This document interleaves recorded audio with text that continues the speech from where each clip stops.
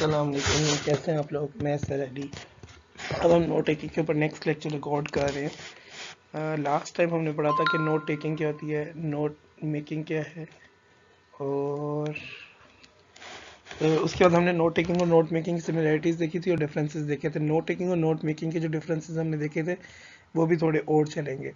अच्छा जी, अब हम नेक्स्ट डिफरेंस देखते हैं। आई होप आपको note taking note making clear है। अगर कोई क्वेश्चन हो तो आप लोग मुझसे पूछ सकते हैं। अच्छा जी, नोट टेकिंग और नोट मेकिंग में देखिएगा। नोट टेकिंग में नेक्स्ट पॉइंट ये less understanding process involve, the aim is to take notes point. आप देखिए यहाँ पे अंडरस्टैंडिंग का जो प्रोसेस है ना वो ज़्यादा इन्वॉल्व नहीं होता। The purpose of note taking is just to take the notes, just to collect the information. That is, ये कलेक्टिंग है, ये नोटिंग है। आप नोटिंग, आप इसे नोट टेकिंग इसलिए कहते हैं क्योंकि आप इसमें सिर्फ लेक्चर है, ट्यूटोरियल है, सेमिनार है, एज इट इज़ जो उसमें बताया जा रहा है ना आप वो नोट करी जा रहे हैं, आप उसे अंडरस्टैंड नहीं कर रहे हैं उस वक्त। या उसका पर्पज़ ये नहीं है कि आप उस इंफॉर्मेशन के अंदर लिंक्स डेवलप करें या कनेक्शन डेवलप करें। जब आप किसी चीज़ को अंडरस्टैंड कर रहे होते हैं ना तो आप उसके अंदर कनेक्शन इस्टेब्लिश करते हैं, कॉज एंड इफेक्ट इस्टेब्लिश करते हैं कि आया इसकी क्या रीज़न है। ठीक है, अब जैसे हमने ये देखा कि कोविड जो है उसके डिफरेंट स्ट्रीक्स हैं, तो हमें ये इस तरीके से पता चला कि कोविड जो डिफरेंट कंट्रीज़ में जब आया तो उसके डिफरेंट असरात थे। फिर उसके बाद हमने ये भी देखा कि वो म्यूटेट कर रहा था, वो चेंज हो सॉरी फॉर इनकन्वीनियंस, वो म्यूटेट होता रहा, वो चेंज करता रहा अपने आप को। इससे हमें बेसिकली पता चला कि कोविड जो है हमने उसका कॉज, फिर क्या कहते हैं, कनेक्शन उसका डेवलप किया, लिंक डेवलप किया कि क्यों चाइना में इतनी बर्बादी नहीं हुई, उसके बाद यूरोप और अमेरिका में बहुत बर्बादी हुई, फिर ये इंडिया पाकिस्तान अफगानिस्तान की तरफ आया, ये बांग्लादेश की तरफ है, तो यहाँ नहीं हुई इतनी डिस्ट्रक्शन क्यों। फिर हमने उसके लिंक डेवलप किया, उसको अंडरस्टैंड करने की कोशिश की, कनेक्शंस डेवलप किए, तो हमें पता चला कि वो म्यूटेट कर रहा है। उधर बड़े एक डेडली फॉर्म में क्या था, हमारे यहाँ डेडली फॉर्म में नहीं आया। फिर उधर लोगों के इम्यून सिस्टम इतने स्ट्रॉन्ग नहीं जितने हमारे इम्यून सिस्टम स्ट्रॉन्ग है। जबकि हम बात जब करते हैं ना नोट मेकिंग की, aimed in making note is that the making of the notes must be in a way that helps students to understand the topic related better. अब देखिए, नोट मेकिंग और नोट टेकिंग का तो difference in दोनों के M में है। दोनों का पर्पस बड़ा क्लियर है। नोट टेकिंग में आपने सिर्फ नोट लेने, लेकिन नोट मेकिंग के अंदर आपने जब आपने नोट मेकिंग करनी है तो उसका तो पर्पस ये है कि स्टूडेंट्स को अंडरस्टैंड करें। आपने उस तरीके से नोट्स बनाने हैं कि आप अंडरस्टैंड कर सकें, टॉपिक को ज़्यादा अच्छी तरीके से पढ़ सकें, इसीलिए तो आप उसके ऊपर नोट्स बना रहे हैं। अच्छा, नोट्स का पर्पस होता ही यही है कि आप एक टॉपिक के ऊपर बहुत अच्छी तरीके से रिसर्च करना चाहते हैं, आप चाहते हैं कि आप उसको डिफरेंट पॉइंट ऑफ व्यू से देखें। एक्चुअली हम यूनिवर्सिटीज़ में जाके स्टूडेंट्स को ये समझाते हैं कि अगर आपने ज़्यादा अच्छे ग्रेड्स लेने हैं तो आपकी क्रिटिकल अंडरस्टैंडिंग होनी चाहिए। क्रिटिकल अंडरस्टैंडिंग के लिए ये बहुत ज़रूरी है कि आप सिर्फ एक व्यू ना लें। फॉर एग्जांपल, आप सिर्फ पॉजिटिव व्यू ना लें, आप नेगेटिव भी लें, पॉजिटिव भी लें, और दोनों को मिलाकर देखें कि इसके ऊपर क्या चीज़ चल रही है। ठीक है, तो ये आपका क्या कहते हैं, एक क्रिटिकल अंडरस्टैंडिंग होती है जो नोट मेकिंग से होती है। उसके लिए आप डिफरेंट सोर्सेज से उसको पढ़ते हैं। ठीक है, एक मिनट रुकिएगा।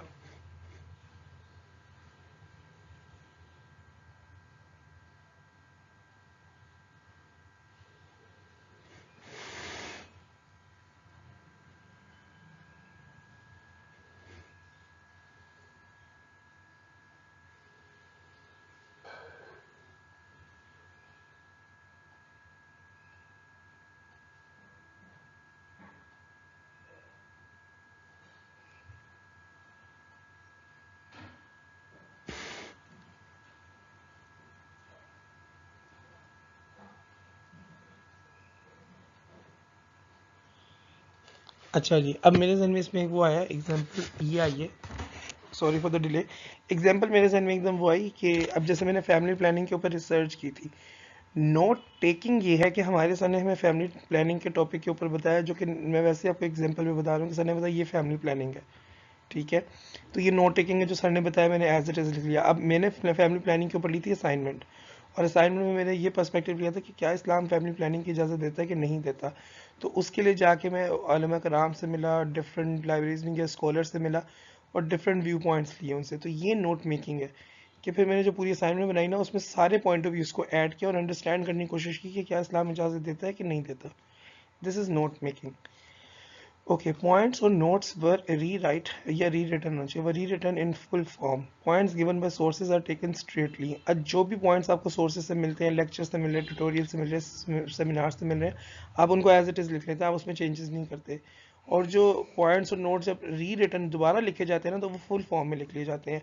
अमूमन कुछ लोग क्या करते हैं कि रफ नोट्स ले लेते हैं, क्योंकि जल्दी तेज़ी में लिख रहे होते हैं ना लेक्चर, उसके बाद घर जाके उनको क्लियर करते हैं। ये तो हम खुद भी करते रहे कि पहले आपने रफ नोट्स ले लिए, उसके बाद जाके आपने उनको फिर क्लियर किया, ठीक किया, यानी फिर हम कहते हैं हम नीट नोट्स बना रहे हैं। रफ नोट्स में आपने पॉइंट लिखे थे, एब्रीवेशन में लिखा हुआ था, पूरा नहीं लिखा होता, लफ्ज़ छोड़े होते, सेंटेंसेस छोड़े होते।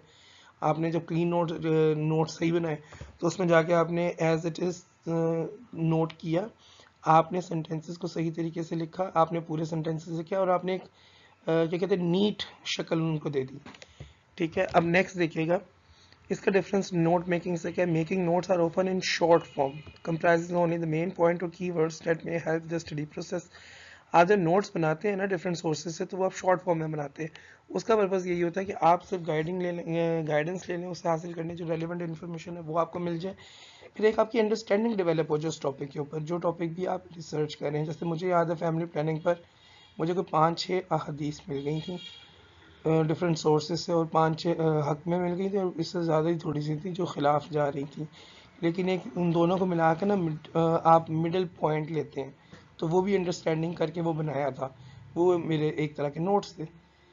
Process must involve process must involve the process of summarising all the information within the points studied. इसमें ये बड़ा इंपॉर्टेंट है कि नोट्स बनाते वक्त जितने भी आपके पॉइंट्स हैं या इंफॉर्मेशन आई है, जो आर्ग्यूमेंट्स हैं, आपको उनको समराइज करें और सारे के सारे पॉइंट्स अपने समरी के अंदर लेकर आने, क्योंकि वो रेलेवेंट है, नेसेसरी है, और वो इन्फॉर्मेशन जो है वो बहुत ज़रूरी है, आपको रिक्वायर्ड है।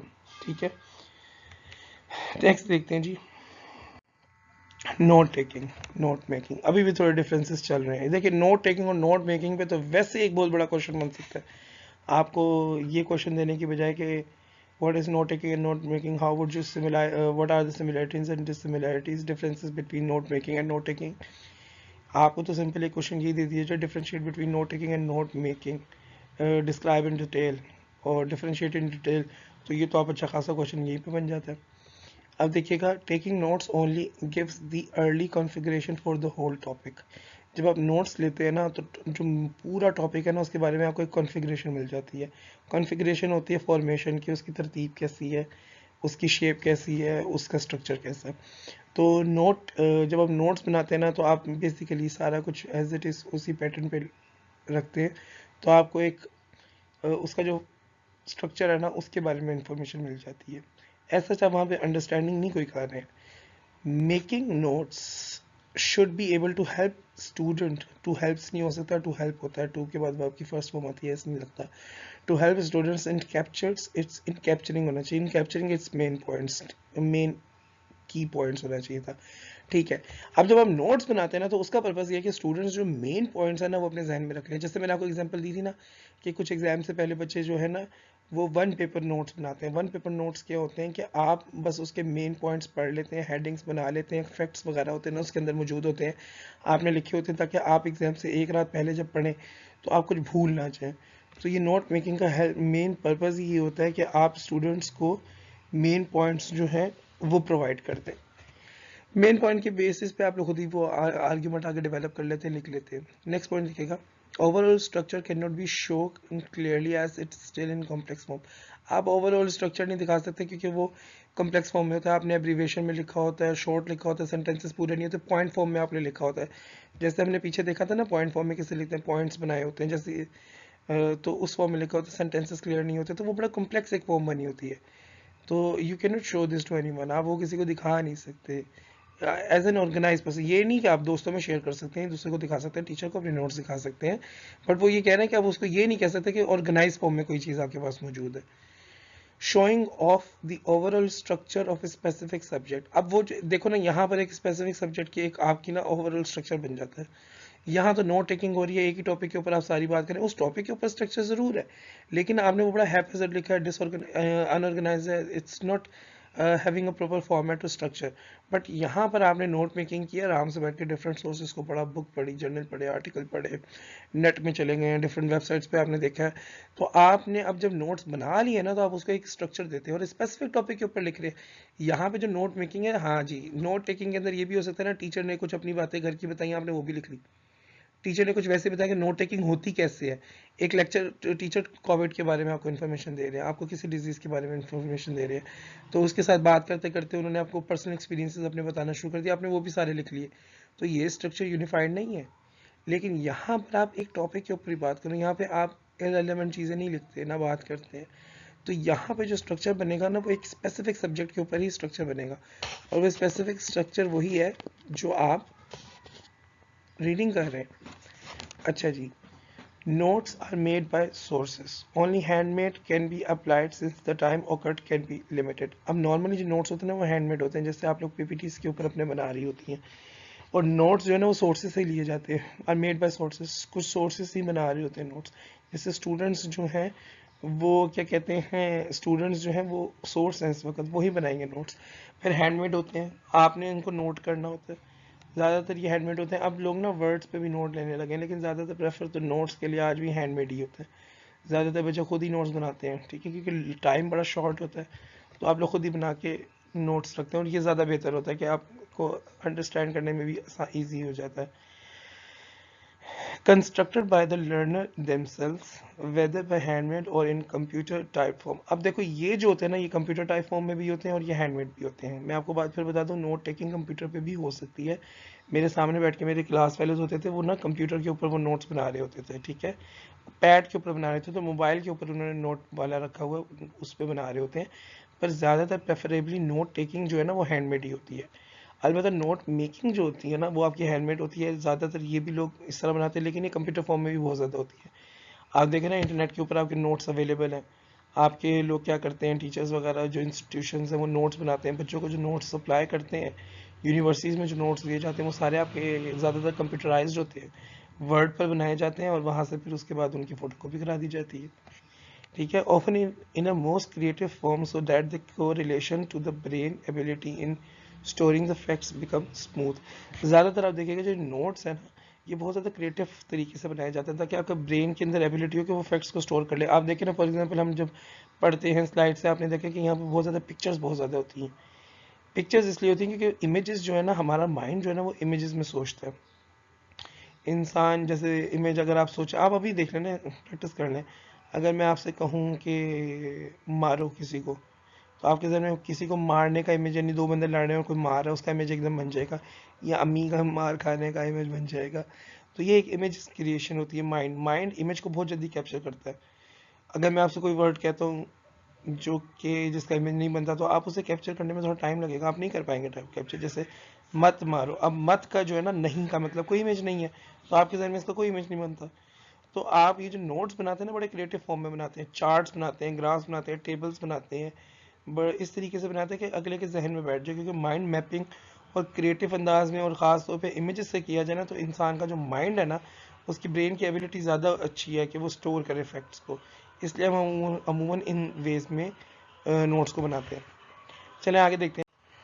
Okay, methods of note taking. Note taking जो मेथड्स है ना, वो है Cornell method, outlining method, mapping method. चलो अब इनको देखते हैं। कॉर्नल इंटरनेशनली जो यूज़ होता है ना, वो कॉर्नल मेथड होता है, और हमने लास्ट क्लास में भी जब पढ़ा था ना, तो लास्ट ईयर भी हमने कॉर्नल मेथड ही पढ़ा था। चले, कॉर्नल मेथड है क्या, ज़रा देखते हैं।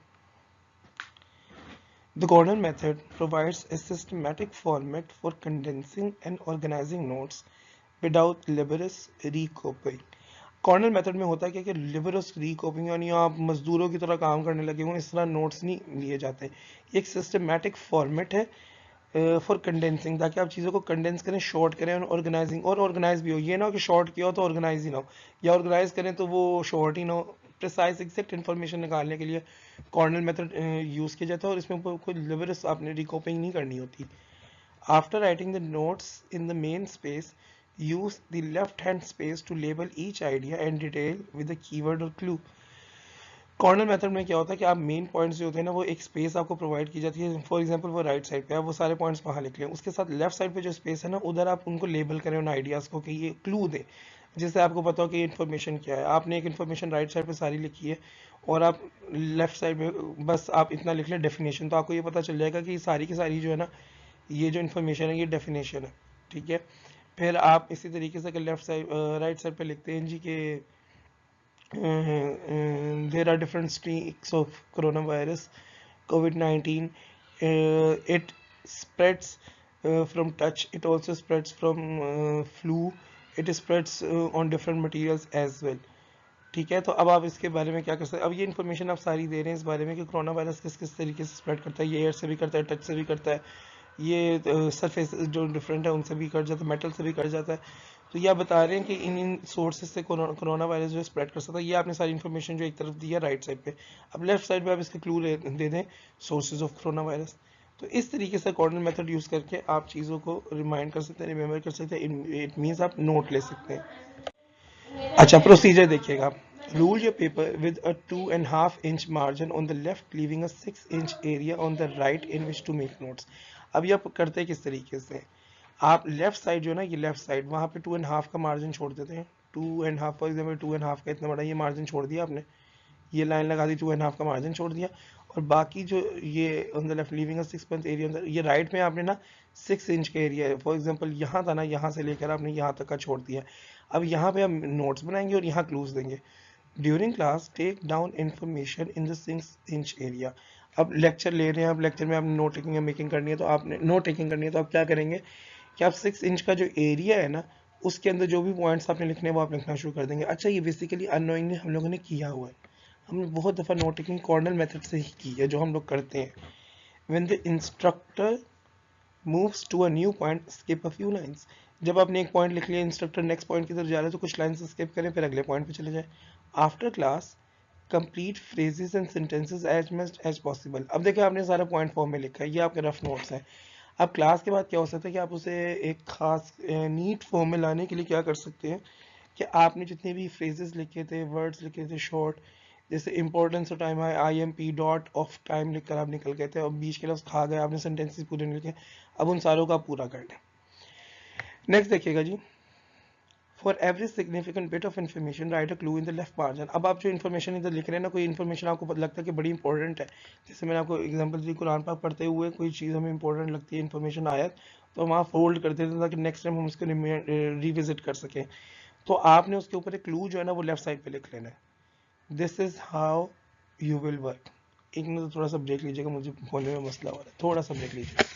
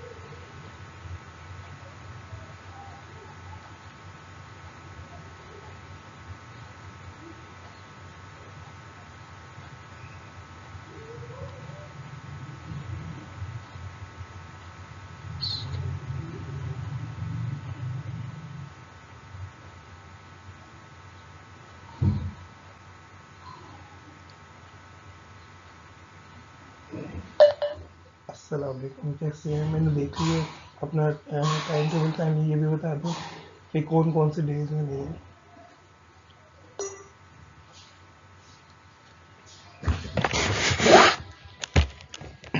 अच्छा जी, thank you, sorry for wait, sorry for waiting, पता नहीं मुझसे एकदम बोला नहीं जा रहा था। ओके, नेक्स्ट पॉइंट देखिएगा, to review cover your notes with card leaving the cues export. अच्छा, अब रिव्यू करने के लिए आपने क्या करना है कि आपके जो नोट्स है ना उनको कार्ड से कवर कर दें और क्यूज को रखें जहन में, ताकि आपको क्यूज की मदद से आपने आइडेंटिफाई करना आपने नोट्स के बनाए थे। से the clue out loud, then say as much as you can of the material underneath the card. अच्छा, अब आपने नेक्स्ट काम ये करना है कि आपने क्लू को ज़्यादा ऊंचे से ऊंचा बोलना है, और जो क्लू की मदद से आपको जितना भी मटेरियल याद आ रहा है ना कार्ड के नीचे, उसको खुद रिवाइज करें। ये रिमाइंड करने का एक तरीका है, यानी जो इन्फॉर्मेशन आपने दी है ना, अब आप उसको रिवाइज करें, रिमाइंड करें आपने क्या लिखा है।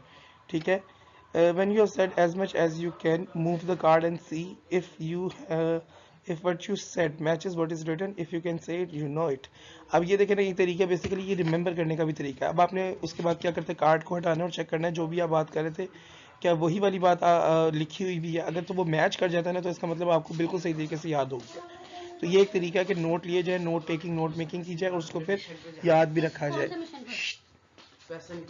आप दोनों क्लास प्रोप्राइटर में पढ़ा रहा हूँ, आप लोग थोड़ा बाहर चलिए, दरवाजे पे बैठे। अच्छा जी, नेक्स्ट स्लाइड देखते। अच्छा, अब आप ये देखने की ये जो है ना, ये ओवरव्यू नोट पेज का कॉर्नर मेथड ये है कि आप 2.5 इंच यहाँ पे छोड़ दें जहाँ पे आपने क्लू लिखना है, और उसके अलावा 6 इंच यहाँ पे रख दें जहाँ पे आपने नोट्स बनाने हैं। तो ये नोट्स बनाए, उसके बाद आप रिव्यू कर सकते हैं। अब इसको पढ़ने का देखने का तरीका ये है कि जो इन्फॉर्मेशन यहाँ लिखी है उसके ऊपर कार्ड रख दें, और क्लू से आप याद करें कि वो इन्फॉर्मेशन क्या थी, और फिर उसके बाद कार्ड हटा के चेक कर लें कि जी की इन्फॉर्मेशन आपको याद है कि नहीं है। तो ये नोट मेकिंग का एक बहुत ज़बरदस्त तरीका है, इसको काइंडली आप लोग खुद भी यूज़ कर सकते हैं। नेक्स्ट देखिएगा इसके एडवांटेजेस क्या है। अब देखिए 2 मार्क्स का एक क्वेश्चन यहाँ पे आ सकता है, और एक तो पहले आप ये समझ रखिए कोऑर्डिनेट मेथड के ऊपर क्वेश्चन आ सकता है। 2 मार्क्स का ये लॉन्ग क्वेश्चन आ सकता है कि what is coordinate method, draw the margins and lines, and what are the advantages of coordinate method. अब इसके एडवांटेजेस देख लेते हैं। Organised and systematic for recording and reviewing notes. अब आपने देख लिया अभी पिछली स्लाइड पे कि ये बड़ा एक सिस्टमैटिक वे है कि आप रिकॉर्ड कर सकते हैं जो भी आपने नोट्स बनाए हैं, फिर आप उनको रिव्यू कर सकते हैं, आप उनकी हिंट्स क्लूज से देख सकते हैं, उसके बाद आप कार्ड रख के चेक कर सकते हैं कि क्या इन्फॉर्मेशन आपके जहन में बैठ गई कि नहीं। Easy format for pulling out major concepts and ideas, जैसे फिजिक्स केमिस्ट्री मैथ्स के मेडिकल के आप मेडिकल के स्टूडेंट्स, मेडिकल के जो आपके आइडियाज़ हैं, जो मेजर कॉन्सेप्ट्स हैं और आइडियाज़ हैं, वो बड़े डिफिकल्ट होते हैं, तो उसको जहन में रखने के लिए एक बड़ा ये इजी मेथड है, बहुत आसान तरीका, और ये इंटरनेशनली फॉलो होता है। नेक्स्ट देखिएगा simple and efficient. Simple and efficient, ये मेथड जो है ना बहुत सिंपल है और बहुत एफिशिएंट है।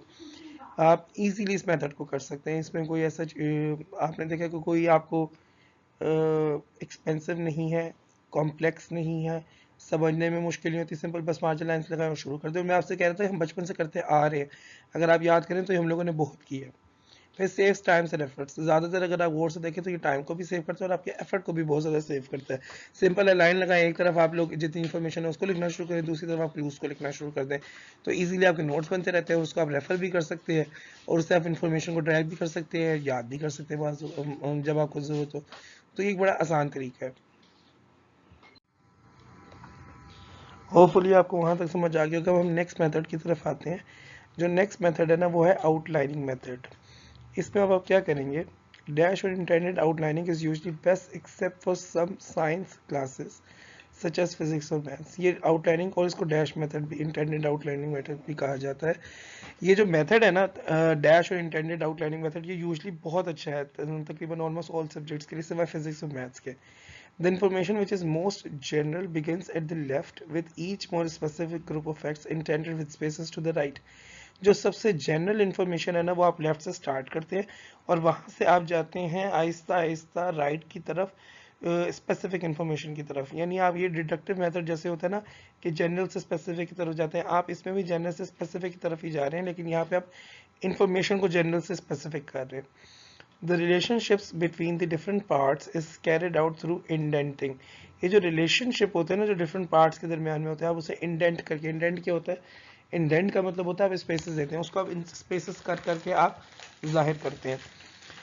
नो नंबर्स, लेटर्स और Roman numericals are needed, numerals are needed. इस पे आपने नंबर नहीं लिखने, लेटर्स नहीं लिखने, आपने इसमें कोई न्यूमरल्स जो रोमन है वो भी नहीं लिखने, यानी रोमन राइटिंग भी नहीं करनी।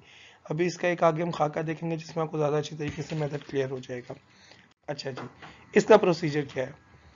प्रोसीजर में point number 1 is procedure of outlining method, listening and then write in points in an organized pattern based on space indentation. आपने पहले बहुत अच्छी तरीके से सुनना है, फिर आपने पॉइंट्स में एक ऑर्गेनाइज पैटर्न में जो स्पेस इंडेंशन दी गई है ना, स्पेस जो आपने छोड़ी हुई है उसमें आपने लिखना सारा जो मेजर पॉइंट्स आपके हैं, जो इन्फॉर्मेशन आप एक्सट्रैक्ट कर रहे हैं। Point number 2, place major points farthest to the left, यानी लेफ्ट जो साइड है ना उससे आपने फारदेस्ट पॉइंट्स ना दूर दूर करके लिखते जाने हैं। Indent each more specific point two the right, जितना पॉइंट जनरल होगा वो लेफ्ट के करीब होगा, जितना पॉइंट जो होगा स्पेसिफिक होगा वो राइट साइड पे होगा। यानी आपने कॉलम अपने जहन में बना लेने और वक्फा इंडेंट करके स्पेसेस दे के जनरल इन्फॉर्मेशन को लेफ्ट की तरफ लिखना है और राइट की तरफ जाते जाए तो स्पेसिफिक इन्फॉर्मेशन देते जाए। Point number 3 is levels of importance will be indicated by distance away from the major point. जो मेजर पॉइंट है ना उससे जितना दूर होगा ना उसकी लेवल ऑफ इम्पोर्टेंस उतनी कम होगी, जो जितना करीब होगा वो इतना इंपॉर्टेंट होगा। तो लेवल ऑफ इम्पोर्टेंस जो है ना वो इंडेंटेशन से आपने शो करना है। Indentation can be as simple as or as complex as labeling the indentations with Roman numerals or decimals. अब ये आपकी जो इंडेंटेशन है ना, इंडेंटेशन गलत मुंह से निकल गया, आई एम सॉरी, इंडेंशन है वो सिंपल भी हो सकती है और कॉम्प्लेक्स भी हो सकती है। ये आपके ऊपर है कि आपने उसे सिंपल करना है कि कॉम्प्लेक्स करना है। आप रोमन न्यूमरल्स भी लिख सकते हैं, डेसिमल्स भी यूज कर सकते हैं। Markings are not necessary as the space relationships will indicate the major minor points. अब मार्क करने की जरूरत नहीं है कि ये मेजर है ये माइनर है, हमसे आप एम एज मेजर लगा रहे हैं, एम आई एन माइनर लगा रहे हैं, जरूरत ही नहीं, क्योंकि जितना लेफ्ट यानी जनरल पॉइंट से दूर होगा ना उसका मतलब वो उतना ही अनइम्पोर्टेंट है, जितना करीब होगा वो इम्पोर्टेंट है। तो इस तरीके से बड़े आराम से क्लियर हो जाएगा कि कौन से इम्पोर्टेंट हैं कौन से इम्पोर्टेंट नहीं है। नेक्स्ट देखिए, अब ये आगे देखिए जी, ये आपके सामने एक आउटलाइनिंग मेथड जो है ना उसकी एग्जांपल है, ये आपके सामने है। अब आप देखिए टॉपिक है आपका कार्बोहाइड्रेट्स और उसके ऊपर आपने ये कार्बोहाइड्रेट्स टॉपिक है, आपने उसकी डेफिनेशन दी, compounds that can be hydros और पेरोक्साइड्स और फिर ये क्या है, पॉलीहाइड्रोक्सी कीटोन्स। अब आपने ये कंपाउंड्स की डेफिनेशन दे दी है, कार्बोहाइड्रेट्स की सॉरी डेफिनेशन दे दी है, कौन से कंपाउंड्स होते हैं जिनको आप कार्बोहाइड्रेट्स कहते हैं, दैट इज डेफिनेशन, ठीक है। फिर सिंपल कार्बोहाइड्रेट्स कौन से होते हैं, मोनोसेचराइड्स। कॉम्प्लेक्स कार्बोहाइड्रेट कौन से होते हैं, डायसेचराइड्स, ओली ओलिगोसेचराइड्स, ठीक है, पॉलीसेचराइड्स। अब ये जितनी इंफॉर्मेशन लेफ्ट साइड पर है वो इंपॉर्टेंट है, जितनी राइट पे जाती जाएगी वो अनइम्पोर्टेंट होती जाएगी।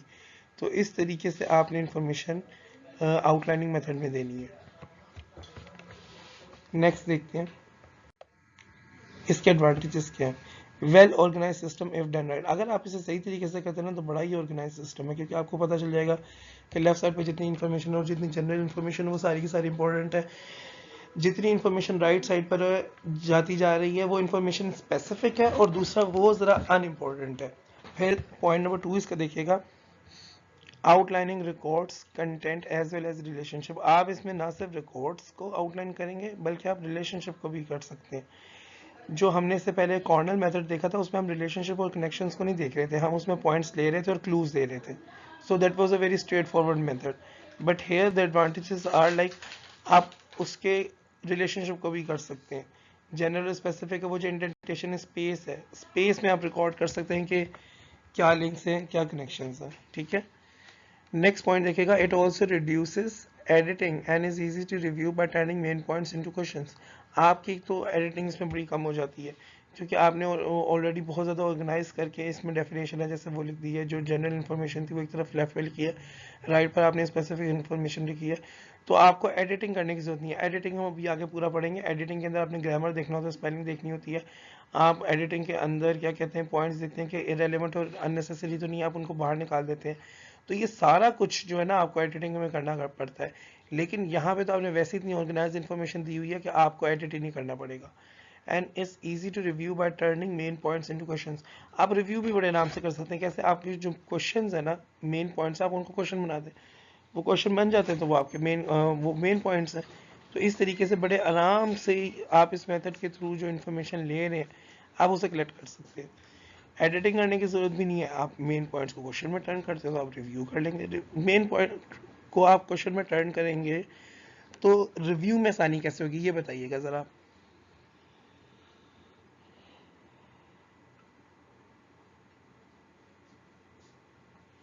देखिए बड़ा सिंपल आंसर है इसका, जो आपके मेन पॉइंट्स हैं जब आपको क्वेश्चन बनाएंगे, फॉर एग्जांपल मेरा आप मेन पॉइंट था कार्बोहाइड्रेट्स की डेफिनेशन, अब मैं उसके ऊपर आपका एक क्वेश्चन बना लेता हूँ व्हाट आर कार्बोहाइड्रेट्स, उसका आंसर तो वो आपके पॉइंट के अंदर है, नोट्स के अंदर है जो आपने नोट्स बनाए हुए।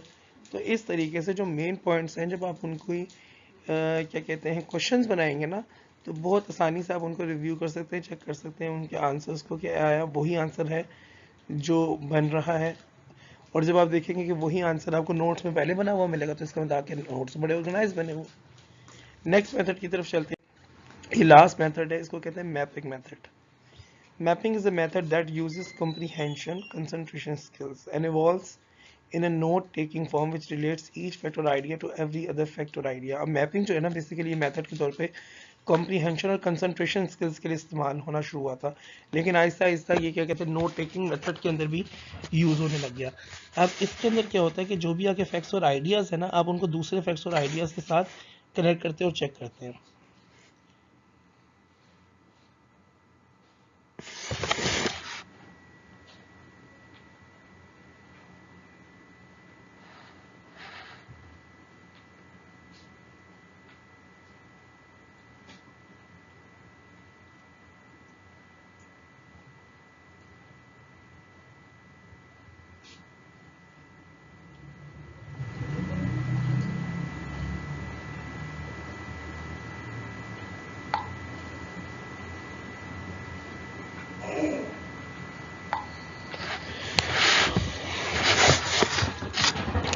आई डोंट नो मेरे से बात, शायद मैं ये ऑनलाइन लेक्चर्स वगैरह कर रहा हूँ रिकॉर्ड, तो मुझसे कंसंट्रेट उस तरह आई मीन ज़्यादा देर बोला नहीं जा रहा है। जो फेस टू फेस पढ़ाना होता है ना वो बड़ा डिफरेंट होता है। अच्छा जी आगे देखते हैं, mapping is the graphic representation of the content of lecture. अभी हम आगे इसको देखेंगे भी, जो आपका लेक्चर है ना उसके कंटेंट की ग्राफिक रिप्रेजेंटेशन जो है ना ग्राफ से जो बनाते हैं वो मैपिंग होती है। It is a method that maximises active participation, affords immediate knowledge as to its understanding and emphasizes critical thinking। अब इसमें देखें ना तीन एडवांटेजेस तो यही है कि एक एक्टिव पार्टिसिपेशन हो जाती है आपकी अपनी, फिर afford immediate knowledge as to its understanding, जो भी आपका कॉन्सेप्ट है उसकी अंडरस्टैंडिंग से आपकी इमीडिएट नॉलेज हो जाती है, नॉलेज आपके जहन में रह जाती है। मैपिंग करते हैं ना, एक मैप बना रहे हैं तो माइंड की एबिलिटी होती है कि वो मैप्स को इमेजेस को बड़ी जल्दी अपने बिठा लेता है, क्या कहते हैं उसे परसीव कर लेता है। एंड एम्फसाइजेस क्रिटिकल थिंकिंग, और साथ आप क्रिटिकल थिंकिंग भी कर लेते हैं, जो हमने नोट मेकिंग में बात की थी। नोट टेकिंग में क्रिटिकल थिंकिंग नहीं होती, नोट मेकिंग में क्रिटिकल थिंकिंग होती है। चलिए जी नेक्स्ट देखते हैं, ये है जी आपका, हाँ ये तो हम लोगों ने बहुत ज़्यादा किया और ये बहुत पसंद भी किया जाता है। ये है जी एक्स्ट्रा सेंसरी परसेप्शंस। इसमें आपकी थ्री टाइप्स हैं, एक ये टाइप है जी टेलीपैथी, दूसरी है क्लियरवोयंस और तीसरी है साइकोकिनेसिस। अब आप ये देख लें यहाँ पे उन्होंने कितने खूबसूरत अंदाज में नोट्स बनाए। ये है मैपिंग कि आपने एक्स्ट्रा सेंसरी परसेप्शंस की टाइप्स लिखी, उसके बाद तीन टाइप्स आपने बना दी, एक है टेलीपैथी, एक है क्लियरवोयंस और एक है साइकोकिनेसिस। अब टेलीपैथी क्या है? Sending messages. टेलीपैथी में क्या होता है? मैसेजेस आप सेंड करते हैं। क्लियरवोयंस में क्या होता है? Forecasting the future. यहाँ पे तो टेलीपैथी में उसे मैसेज सेंड कर रहे हैं, क्लियरवोयंस के अंदर क्या है जी? ये एक्स्ट्रा सेंसरी परसेप्शंस का हम आगे डिस्कस कर रहे हैं। क्लियरवोयंस उसमें क्या फोरकास्टिंग द फ्यूचर, फ्यूचर के बारे में क्रिटिकल एनालिसिस करते हैं, जो बेस्ड ऑन इन्फॉर्मेशन जो आपको मिली कि क्या हो सकता है, but that can be intuitive as well. Intuition के अंदर आपके पास कोई ऐसा नॉलेज नहीं होती प्री पोस्ट, पहले कोई नॉलेज नहीं होती। तीसरा साइकोकिनेसिस क्या होता है? Perceiving events external to situation, जो एक सिचुएशन आपको मिली ही नहीं है, एक्सटर्नल टू सिचुएशन आप इवेंट्स को परसीव कर रहे थे कि ऐसा होगा ऐसा होगा, यानी ये भी आप किसी बेसिस पे नहीं कह रहे। आप बेसिकली यहाँ पे जो चीज़ अंडरस्टैंड करने वाली है ना वो है मैपिंग। आप देखिए ये वो मैपिंग का प्रोसेस है जिसके थ्रू आप बहुत अच्छे तरीके से एक जो नोट्स है ना वो बना सकते हैं। अमूमन मैं तो खुद बहुत तेज़ी से इस बनाने के लिए इस तरह भी बाजू का ये वाली हरकतें भी हमने की हैं कि आप बस पॉइंट्स बना के लिख लो। अब मैपिंग से ना आपके जहन में ये देखो क्या हुआ है, मेन टॉपिक है आपका एक्स्ट्रा सेंसरी परसेप्शंस, उसके आगे टाइप्स है, आपने कुछ नहीं सारा कुछ लिखा, आपने बस ये लिखा टाइप्स लिखी, टाइप्स में तीन ये एरोस डाले और यहाँ पे टेलीपैथी अंडरलाइन कर दिया, क्लियरवोयंस अंडरलाइन कर दिया, साइकोकिनेसिस अंडरलाइन कर दिया और उनकी डेफिनेशन जो ना वर्ड्स के अंदर लिख दी, टेलीपैथी सेंडिंग मैसेजेस और ये क्लियरवोयंस जो फोरकास्टिंग द फ्यूचर और psychokinesis perceiving events external to situation. इस तरीके से आपने देखे एक मैप क्रिएट कर दिया। अब ये मैप क्रिएट करने से एडवांटेजेस ये हो कि देखिए जैसे अभी आप लोगों के सामने स्क्रीन आप देख रहे हैं ना, आपके जहन में ये extra sensory perceptions, types, telepathy, clairvoyance, psychokinesis, ये सारा का सारा आपकी ना आपकी आई से देखे आपके माइंड के अंदर जाके इमेज बन गया, अब ये स्टोर हो गया, ये नोट्स जो है ना आपके जहन में छप जाएंगे और ये आपको भूलेंगे भी नहीं। अच्छा बाय द वे टेलीपैथी क्या होता है? टेलीपैथी एक टेक्निक है जिसके थ्रू ना ये कोशिश भी कर रहे हैं कि दुनिया में एक चीज़ को दूसरी जगह बगैर किसी क्या कहते हैं मतलब फिजिकल सोर्स के, फिजिकल सोर्स तो होगा लेकिन आप सेकंड्स में भेजो। टेलीपैथी के बारे में कहा जाता है कि 75% कामयाब है। एक आई थिंक माउस को भेजा था जिसका धड़ चला गया था, तन रह गया था, तो 75% ये कामयाब हो चुकी है कि आपके जो होते हैं ना 75% तक ये इस तरह के टेलीपोर्ट कर चुके हैं। ये टेलीपैथी की टेक्निक है। यहाँ पे ये देखो ना एक्स्ट्रा सेंसरी परसेप्शंस, एक तो होते हैं ना सेंसेस, जो हमारी सेंसेस है, 5 सेंसेस से जो चीज़ें हम परसीव करते हैं उसको कहते हैं सेंसरी। एक्स्ट्रा सेंसरी जो सेंसेस से हट के हैं, ये सारी बात हो रही है इंट्यूशन के ऊपर बात हो रही है यहाँ पे। जब इंट्यूशन से बाजू का नॉलेज आ जाता है ना, वहाँ से मैसेजेस सेंड करना टेलीपैथी, यानी कुछ चीज़ें आप फील करते हैं फिर आप मैसेजेस सेंड करते हैं। बाजू का आप कहते हैं ना कि मुझे लग रहा है कुछ बुरा होने वाला है और हो जाता है, या कुछ कहते हैं कि कोई खुशी खबर आने वाली है, मेहमान आने वाला और वो हो जाता है, तो ये एक्स्ट्रा सेंसरी या 5 सेंसेस से नहीं बताते। फिर clear violence, forecasting the future, आप अपनी इंट्यूशन की बेस पे बता रहे होते क्या हो रहा है, ये भी उसकी एक टाइप। और तीसरी टाइप देखिए perceiving events external to situation. External to situation का मतलब है कि सिचुएशन जो है ना आपको नहीं मिली, perceiving events external to situation, situation से हट कर आप बता रहे हैं कि ये इवेंट्स होने वाले हैं, ठीक है ना। जैसे हाँ, जैसे किसी के कुछ अच्छा होने वाला, कुछ बुरा होने वाला, कोई भी चीज़ है और आपको उसका ऐसा लगता है कि आप परसीव कर रहे हैं, कोई इंट्यूटिव नॉलेज है, इंट्यूशन आप परसीव कर रहे हैं, उससे आपको पता चल रहा है, तो ये आपकी एक्स्ट्रा सेंसरी परसेप्शंस होती है। मेन चीज़ ये है कि आप ये माइंड मैपिंग चेक करें, माइंड मैपिंग देखें कितनी फिट है। ये होता है मैपिंग, मैपिंग इसको कहते हैं मैपिंग। आपने मैप बनाया और मैप से जितने भी नोट्स है ना वो आपने क्लियरली बना लिए, तो इस तरीके से आपकी इन्फॉर्मेशन जो है आपके जहन में रहेगी। ओके जी, आई थिंक हाँ अब इसके एडवांटेजेस देखते हैं। This format helps you to visually track your lecture regardless of conditions. जितनी मर्जी कंडीशन है, जो मर्जी हो, आप विजुअली अपना जो लेक्चर है ना उसको ट्रैक कर सकते हैं। उसको नोट तो आप कर चुके हैं, अब आप उसको ट्रैक भी कर सकते हैं विजुअली। तो ये इस लिहाज से ना बहुत ज़बरदस्त है कि आपने जो लेक्चर लिया था ना उसको आपने विजुअली अपने सामने बना लिया, आपने उसकी इमेजेस बना लिया और अब आपके माइंड में वो बन गया। विजुअल होता क्या है? विजुअल सेंसेस से ही आता है ना, सेंस ऑफ सीइंग से। अच्छा जी, सेकंड है little thinking is needed and relationships can easily be seen. आप देखें, आपको ज़्यादा सोचना नहीं पड़ेगा, जो रिलेशनशिप है ना आपस में वो देख सकते हैं।